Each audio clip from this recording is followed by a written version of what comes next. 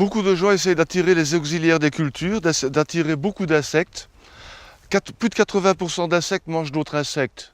Plus on a des insectes dans son jardin, moins on a de soucis. Quand on a très peu d'insectes, il n'y a que les ravageurs qui restent.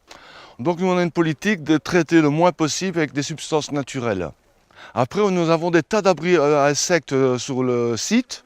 On a des tas de bois, des tas de pierres, des murs de pierres sèches, on a des hôtels à insectes, mais surtout, on a des mares disséminées un petit peu partout.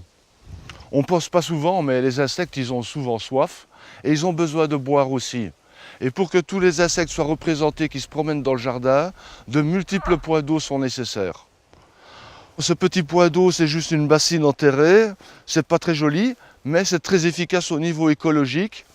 Il y a de nombreuses grenouilles qui vont manger les limaces pendant la nuit. Elles ne viendraient pas de la mare de l'autre bout du terrain manger les limaces jusqu'ici.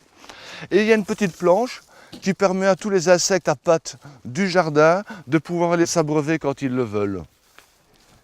Pour éviter les moustiques dans les mares, ils mettent de petits poissons minuscules, les gambusies, qui se multiplient même dans les eaux un peu algueuses. Et ils sont là pour manger les larves de moustiques. De plus, dans nos contrées chaudes, dans le sud de la France, l'évaporation de la mare crée une petite humidité dans les jardins qui est vraiment nécessaire pendant l'été caniculaire.